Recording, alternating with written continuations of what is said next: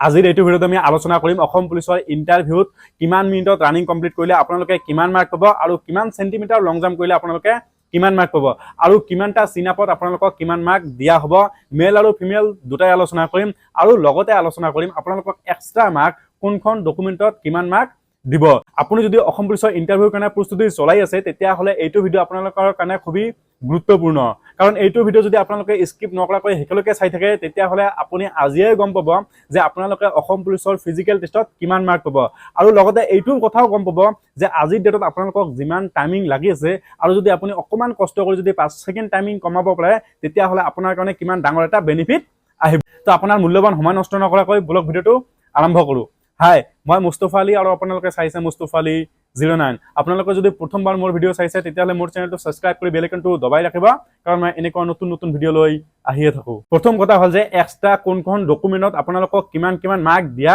হ'ব। তো প্ৰথম কথা হৈছে যে আপোনালোকে কোনটো পদত এপ্লাই কৰিছে, 10 পাছ পদত এপ্লাই কৰিছে না সেকেন্ড ইয়াৰ পাছ পদত এপ্লাই কৰিছে। আপোনালোকে যদি 10 পাছ কৰা পদত এপ্লাই কৰিছে তেতিয়াহ'লে আপোনাৰ 10 পাছৰ ৰিজাল্টখন চাব, আৰু যদি আপোনালোকে সেকেন্ড ইয়াৰ লেভেলৰ পোষ্টত এপ্লাই কৰিছে তেতিয়াহ'লে আপোনাৰ এইচএছ সেকেন্ড ইয়াৰৰ মাৰ্কশ্বিটখন চাব। আপোনালোকৰ পাৰ্চেন্টেজ যদি 45ৰ পৰা আৰম্ভ কৰি 59.99ৰ ভিতৰত থাকে তেতিয়াহ'লে আপুনি এক্সট্ৰা মাৰ্ক পাব 2, আৰু আপোনাৰ পাৰ্চেন্টেজ যদি 60ৰ পৰা আৰম্ভ কৰি 74.99ৰ ভিতৰত থাকে তেতিয়াহ'লে আপুনি মাৰ্ক পাব 3, আৰু আপোনাৰ পাৰ্চেন্টেজ যদি 75ৰ ওপৰত থাকে তেতিয়াহ'লে আপুনি এক্সট্ৰা মাৰ্ক পাব 5। আৰু ইয়াৰ পিছত আহিব আপোনাৰ এনচিচি সাৰ্টিফিকেট। আপুনি যদি এনচিচি চি সাৰ্টিফিকেটৰ কেণ্ডিডেট হয় তেতিয়াহ'লে আপুনি এক্সট্ৰা মাৰ্ক পাব 5, আৰু আপুনি যদি এনচিচি বি সাৰ্টিফিকেট থাকে তেতিয়াহ'লে আপুনি মাৰ্ক পাব 3, আৰু যদি আপোনাৰ এনচিচি এ সাৰ্টিফিকেটখন থাকে তেতিয়াহ'লে আপুনি এক্সট্ৰা মাৰ্ক পাব 2। এইখিনি ডকুমেন্টতে আপোনালোকে এক্সট্ৰা মাৰ্ক পাব। ইয়াৰ পিছত আহিব যে ছোৱালীসকলৰ লং জাম্প।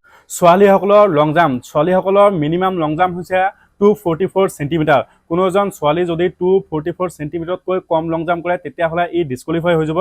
আৰু যদি কোনোবাই 244 সেন্টিমিটাৰৰ ওপৰত লং জাম্প কৰে তেতিয়াহ'লে ই মাৰ্ক পাব 10। ইয়াৰ পিছত আহিব 289 সেন্টিমিটাৰ। কোনো এজন ছোৱালী যদি 289 সেন্টিমিটাৰ লং জাম্প কৰিব পাৰে বা ইয়াতকৈ বেছি কৰিব পাৰে, অৰ্থাৎ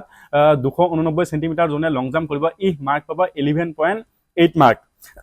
আৰু ইয়াৰ পিছত আহিব যে 319 সেন্টিমিটাৰ, ঠিক আছে, 319 সেন্টিমিটাৰৰ অধিক যোনে লং জাম্প কৰিব পাৰিব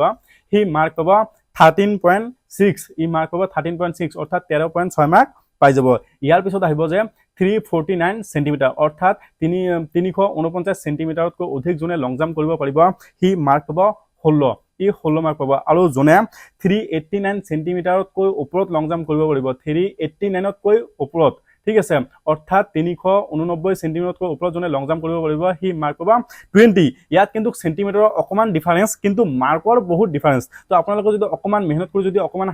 অকমান বেছিকে লং জাম্প কৰিব পাৰে তেতিয়াহ'লে মাৰ্কটো আপোনালোকে ফুল পাই যাব। ইয়াৰ পিছত আহিব ফিমেল সকলৰ ৰানিং, যিটো 1.6 কিলোমিটাৰ, অৰ্থাৎ 1600 মিটাৰ যিটো ৰানিং আছে, 1600 মিটাৰৰ ৰানিং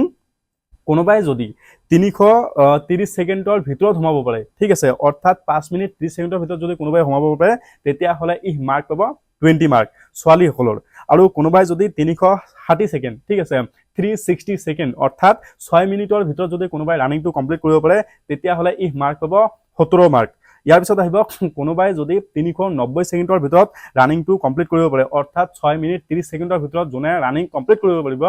ই মাৰ্ক পাব 14.6। নেক্সটত আহিব যে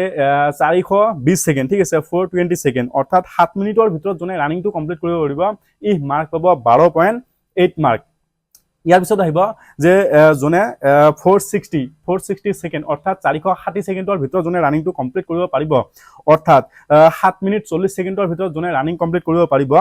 ই মাৰ্ক পাব 10.8 মাৰ্ক, ঠিক আছে। আৰু লাষ্ট আহিব আপোনাৰ যে 480 সেকেন্ড, ঠিক আছে, 480 সেকেন্ডৰ ভিতৰত, অৰ্থাৎ 8 মিনিটৰ ভিতৰত যোনে মানে ৰানিং সম্পূৰ্ণ কৰিব পাৰিব সি মাৰ্ক পাব 10 মাৰ্ক, অৰ্থাৎ ই পাছ কৰিব। আৰু কাৰোবাক যদি 480 সেকেন্ডতকৈ বেছি সময় লাগে ৰানিং সম্পূৰ্ণ কৰোঁতে তেতিয়াহ'লে ই ডিছকুৱালিফাই হৈ যাব। তো ছোৱালীসকলৰ ইয়াতে শেষ। এতিয়া আমি আলোচনা কৰিম ল'ৰাসকলৰ, ঠিক আছে। তো ল'ৰাৰ প্ৰথমতে আলোচনা কৰিম চিনাপৰ বিষয়ে। তো চিনাপ মাৰিব লাগিব আপোনাৰ 14টা। তো যদি 14টা চিনাপ আপোনালোকে মাৰিব পাৰে তেতিয়াহ'লে আপুনি মাৰ্ক পাব 20 আৰু যদি আপোনালোকে 13টা চিন আপ মাৰিব পাৰে তেতিয়াহ'লে আপোনালোকে মাৰ্ক পাব 19 আৰু যদি আপোনালোকে 12টা চিন আপ কমপ্লিট কৰে তেতিয়াহ'লে আপুনি মাৰ্ক পাব 18 আৰু যদি আপোনালোকে 11টা চিন আপ মাৰে তেতিয়াহ'লে আপুনি মাৰ্ক পাব 17 আৰু আপোনালোকে যদি 10টা চিন আপ মাৰে তেতিয়াহ'লে আপুনি মাৰ্ক পাব 16 আৰু যদি আপোনালোকে 9টা চিন আপ মাৰে তেতিয়াহ'লে আপুনি মাৰ্ক পাব 15 আৰু আপুনি যদি 8টা চিন আপ মাৰে তেতিয়াহ'লে মাৰ্ক পাব 14 আৰু যদি আপোনালোকে 7টা চিন আপ মাৰে তেতিয়াহ'লে মাৰ্ক পাব 13 আৰু আপোনালোকে যদি 6টা চিন আপ মাৰে তেতিয়াহ'লে মাৰ্ক পাব 12 আৰু আপুনি যদি 5টা চিন আপ মাৰিব পাৰে তেতিয়াহ'লে আপুনি মাৰ্ক পাব 11 আৰু আপোনালোকে যদি 4টা চিন আপ মাৰিব পাৰে তেতিয়াহ'লে মাৰ্ক পাব 10 আৰু কোনোবাই যদি 3টা চিন আপ মাৰিব পাৰে যদি 3টাৰ ওপৰত মাৰিব নোৱাৰে তেতিয়াহ'লে ই ডিসকোৱালিফাই হৈ যাব অৰ্থাৎ প্ৰথম 4টা চিন আপত আপোনালোকে 10 মাৰ্ক পাব তাৰ পিছত যিমানটা চিন আপ মাৰিব এক মাৰ্ক আপোনাৰ এড হৈ থাকিব ল'ৰাসকলৰ লং জাম্প কোনোবাই যদি 500 সেন্টিমিটাৰৰ ওপৰত লং জাম্প কৰিব পাৰে তেতিয়াহ'লে ই মাৰ্ক পাব 20 অৰ্থাৎ এক্সিলেন্ট আৰু কোনোবাই যদি 480 সেন্টিমিটাৰ লং জাম্প মাৰিব পাৰে তেতিয়াহ'লে ই মাৰ্ক পাব 18 480 সেন্টিমিটাৰ লং জাম্প কৰিলে ই মাৰ্ক পাব 18 আৰু কোনোবাই যদি 450 সেন্টিমিটাৰ লং জাম্প কৰিব পাৰে তেতিয়াহ'লে ই মাৰ্ক পাব 15.6 ঠিক আছে কোনোবাই যদি 450 সেন্টিমিটাৰৰ ওপৰত লং জাম্প কৰিব পাৰে তেতিয়াহ'লে ই মাৰ্ক পাব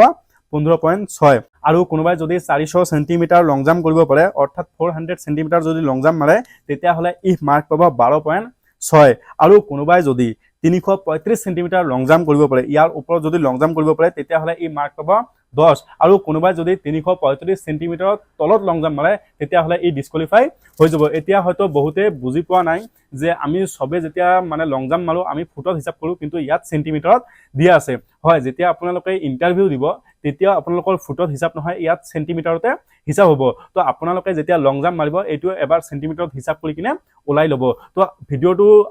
চোৱাৰ পিছত আপোনালোকে নিশ্চয় গম পাইছে যে আপোনালোকৰ টাইমিং কিমান লাগি আছে আৰু আপোনাৰ এবিলিটি কিমান তো আপোনালোকে নিশ্চয় গম পাইছে যে এতিয়া আপোনালোকে কিমান মাৰ্ক পাব ফিজিকেলত তো নিশ্চয় মোক জনাই দিব আৰু কাৰোবাক যদি এইখনৰ লিষ্ট লাগে তেতিয়াহ'লে মই মোৰ ইনষ্টাগ্ৰামৰ লিংক ডিছক্ৰিপশ্যনত দিয়ে দিছোঁ আপোনালোকে তাতে যাই মোক ফ'ল' কৰি কিনে মোক SMS কৰিলে মই লিষ্টখন আপোনালোকক ধুনীয়াভাৱে পঠাই দিম আপোনালোকে বিন্দাছ ঘৰত মানে ভালকৈ চাব পাৰিব আৰু কোনোবাই যদি এনেকুৱা নিশ্চয় বুজি পাইছে যে মই যদি অকমান কষ্ট কৰি 5 সেকেন্ড টাইমিং কমালে মই ভাল এটা মাৰ্ক পাম তো আপোনালোকে বহুত মানে এটা মকা আছে হাতত কষ্ট কৰক অকমান সময় কমাই লৈ আহক নিশ্চয় ইন্টাৰভিউ আপোনালোকৰ ভাল হ'ব আৰু মোৰ তৰফৰ পৰা আপোনালোকক সবকে বেষ্ট অফ লাক জনাও সবে ইন্টাৰভিউ ভালকৈ দিব